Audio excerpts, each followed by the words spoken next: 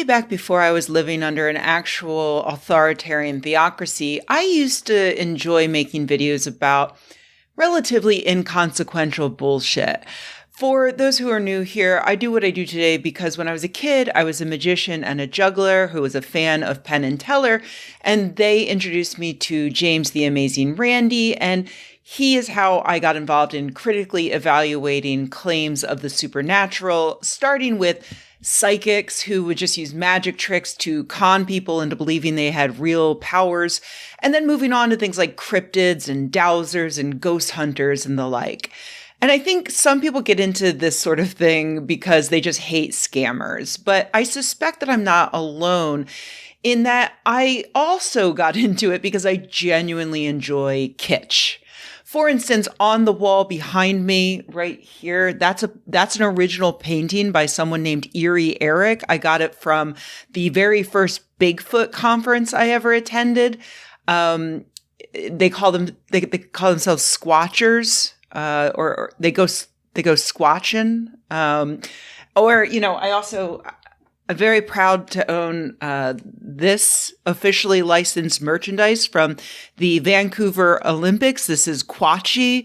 I do not care for the Olympics, but I do care for Quatchy. My love of kitsch combined with my hatred of scammers is a challenging dynamic because there are times when I'm unable to really know how to feel when, for instance, a shitty stand-up comedian purchases the home and occult museum of two of the most famous paranormal scam artists in the United States. I'm speaking, of course, about Ed and Lorraine Warren, who looked like this, but you may now know them a little bit better as looking like this. The Conjuring, starring Patrick Wilson as Ed Warren and Vera Farmiga as his wife Lorraine Warren, was released in 2013, and it did so well that it became a $2.6 billion franchise, the highest grossing horror franchise of all time, which is a disgusting insult to the legacy of Sam Raimi, especially considering that apparently Evil Dead doesn't even crack the top 20, but I'll move on. Not only is it the highest grossing franchise of all time, but apparently its final chapter, Last Rites, has just debuted and is already the highest grossing horror film of this year, which is a disgusting insult to Sinners and Weapons and 28 years later and Bring Her Back and okay, I'll stop. In all honesty, I haven't seen Last Rites. I probably won't, so I can't really criticize it as a work of art. In my defense, though, I did watch the first Conjuring, and it was so stupid and infuriating, I couldn't bring myself to watch any of the sequels. Because here's the thing. I enjoy horror and I enjoy kitsch, but Ed and Lorraine Warren were genuinely terrible people who are posthumously enjoying the whitewashing of their filthy lives. I mean, they're enjoying it assuming they were right and ghosts are real. Actually, stat that if the Warrens were correct about their strict Catholic dogma, they will not currently be enjoying anything in their particular afterlife. As portrayed in the film series, the Warrens were a married pair of paranormal investigators who lived in New England, and that's about where the resemblance between the two stops. In the films, of course, ghosts and demons and things like that are real, and Ed and Lorraine have magical powers like clairvoyance and the ability to perform exorcisms. In real life, Ed and Lorraine were very obvious hucksters. There are, of course, psychics and ghost hunters who genuinely believe what they say. But as I've discussed previously and as detailed in the book, The Psychic Mafia, it's nearly impossible for anyone to maintain that kind of belief once they reach the point where they're actively raking in loads of dough. At that point, they're usually knowingly faking things, and the Warrens barely tried to hide that. They were very, very good at self-promotion, and that's why they became so famous, not because of any magical powers they may have had. In a review of the latest Conjuring film on the AV Club, Matt Shimkowitz provides an excellent overview of the Warrens' real-life cases, with the most famous being their involvement in the Amityville hoax, which features in the opening of the second Conjuring film. Shimkowitz goes through the Warrens' on-screen investigations and compares them to what actually happened with the latest movie centering on the so-called Smurl haunting, in which a possibly delusional father with water on his brain thought his house was haunted, and so the Warrens jumped in to help him write a book and sell the TV and movie rights about it.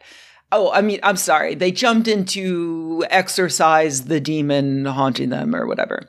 I wanted to call attention to Shimkowitz's review in particular because he called out something about the Warrens that I had never heard about, though it was previously reported in an article in Vox a few years back.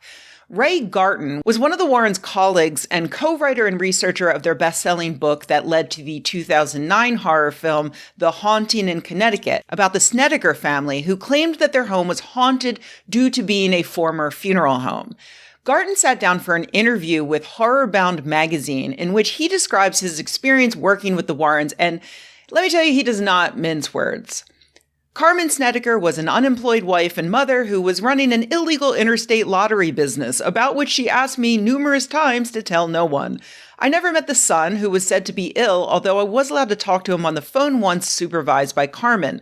When the boy began to talk about drugs and told me that he didn't hear and see strange things in the house once he began taking medication, Carmen ended the conversation. As I gathered all the necessary information for the book, I found that the accounts of the individual Snedekers didn't quite mesh. They just couldn't keep their stories straight. I went to Ed with this problem. "Oh, they're crazy," he said. "Everybody who comes to us is crazy. Otherwise, why would they come to us? You've got some of the story. Just use what works and make the rest up. And make it scary. You write scary books, right? That's why we hired you. So just make it up and make it scary." I didn't like that one bit, but by then I'd signed the contract and there was no going back. I did as Ed instructed. I used what I could, made up the rest, and tried to make it as scary as I could. The book was called In a Dark Place, The Story of a True Haunting. He goes on to say that he talked to other people who had also worked with the Warrens on other investigations, and they had identical stories. The Warrens were basically psychopathic, self-promoting grifters. But as Shimkowitz points out, he also said this: "Back when I was reading about the Warrens, they were ghost hunters. Every house they investigated had at least one ghost, and there was always a spooky story behind it. But after The Exorcist was so wildly popular, first as a novel and then as a movie, Ed and Lorraine stopped encountering ghosts and began to uncover demon infestations. And it seems that wherever they went, people were being sexually molested by demons. Makes you wonder, doesn't it?" That is, in retrospect, a stunning observation, not just because it further illustrates how the Warrens crafted their reputation and jumped on top of current trends, but also because of the Warrens' own experience with sexual assault. And a bit of a warning, this is where things get a little upsetting. A few years ago, a woman named Judith Penny, now in her 70s, revealed in a sworn declaration that when she was just 15 years old, a 27-year-old Ed Warren groomed her into a sexual relationship that would last decades, even moving her into the Warrens' home with Lorraine's full knowledge. She says that she witnessed Ed beating Lorraine and said that when he got her, Judith Penny, pregnant, Lorraine persuaded her to have an abortion to avoid ruining their reputations. Was Penny telling the truth?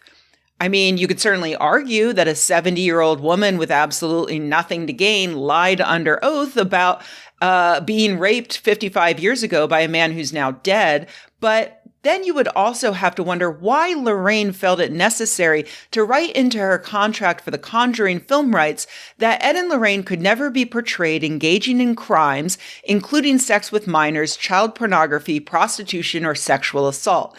Neither the husband nor wife could be depicted as participating in an extramarital sexual relationship, stipulations that one talent attorney said she had never seen anyone require before. Wow, that's pretty darn specific. And so here's where we clearly and obviously cross the line from fun kitsch to deeply disturbing shit. Somewhere in the middle is silly movies no one really believes are based on a true story, and, well, maybe some people believe that they're true, and thus those people are more likely to get scammed by psychics and exorcists, and scammers taking advantage of the mentally ill, and a whole host of other overlapping areas where good fun turns into horrible nightmare. All of which brings me back to what I mentioned at the start of this video. Ed and Lorraine are now dead and doing whatever it is people do when they're dead, whether that be possessing creepy dolls or rotting in the ground, that's up to you. Their house in Connecticut, which included an occult museum with relics from their investigations, was put up for sale, and last month it was purchased by stand-up comedian Matt Rife. Hey guys, super random but incredible announcement. I have just bought the Ed and Lorraine Warren's Home and Occult Museum with my very good friend Elton Castay. If you guys have ever seen any of the Conjuring films, the Annabelle films, or even Amityville Horror, this is the home that inspired all of those stories. This might be the most important and prominent piece of paranormal history in the world. Ed and Lorraine Warren are who took demonology and ghost hunting and paranormal investigation and made it mainstream. Now, I know a lot of you guys don't know what any of this means whatsoever, but if you follow ghost stuff, this is about as big as it gets. So what does this all mean? It means that Elton Castay and myself are the owners of the physical Ed and Lorraine Warren's Home and Occult Museum. We are the legal guardians and caretakers of all 750 haunted artifacts and items in the Warren Museum, including the Annabelle doll. I must go on record and say we do not legally own the items, but we are the legal guardians and caretakers of the items for at least the next 5 years. And what this means for you guys is you are going to soon be able to book a night or a weekend and stay at the Warren's house and investigate the house and the history of the house, as well as the museum and all the artifacts inside of it. This is the most random hobby ever, but it's so fucking cool, man. I should probably collect stamps or something. Might be a little safer. But yeah, we own the house, and we are very excited for you guys to see it. Stay tuned. This is particularly ironic because Matt Rife is perhaps best known for making really edgy jokes, like saying he once had a waitress with a black eye. While his friend suggested they should put her in the kitchen instead, Matt replied, "I feel like if she could cook, she wouldn't have that black eye." I think we can all agree that that's a very clever and original joke that no one has ever thought of before. I'm glad this man is famous. Anyway, it seems like Ed Warren would definitely approve of the new owner of his house. Oh, but hold on. This article also goes on to say that Matt Rife slams girls for caring about astrology, in which he says, "Your future is determined by your own thoughts, opinions, and actions. You are in complete control of how your future turns out. It has nothing to do with stars, man. Just because Jupiter has a ring and you don't doesn't mean that's what you're supposed to look up to for this magical advice." Huh, yeah, girls really are stupid, aren't they, to believe in astrology, as opposed to believing in demon-possessed Raggedy Ann dolls, which is logical and manly. Anyway, it's all a bit of a bummer for me. I love a good occult museum, and if someone less shitty had bought the Warren's house, I'd probably give it a go. But it sounds like Rife is just going to continue the grift that the Warrens started, promising to sell gullible people tours and even overnight stays at the house and the museum, which, again, they would be so proud. Ed and Lorraine would be so proud. But personally, I'm going to spend my money elsewhere.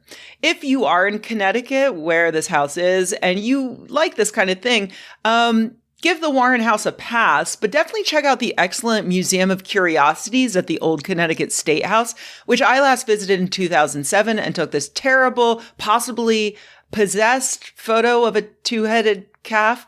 Okay, no, I don't think anything there is haunted, but also nothing in the Warren's house is haunted, so I'm pretty sure you're better off just going to the State House.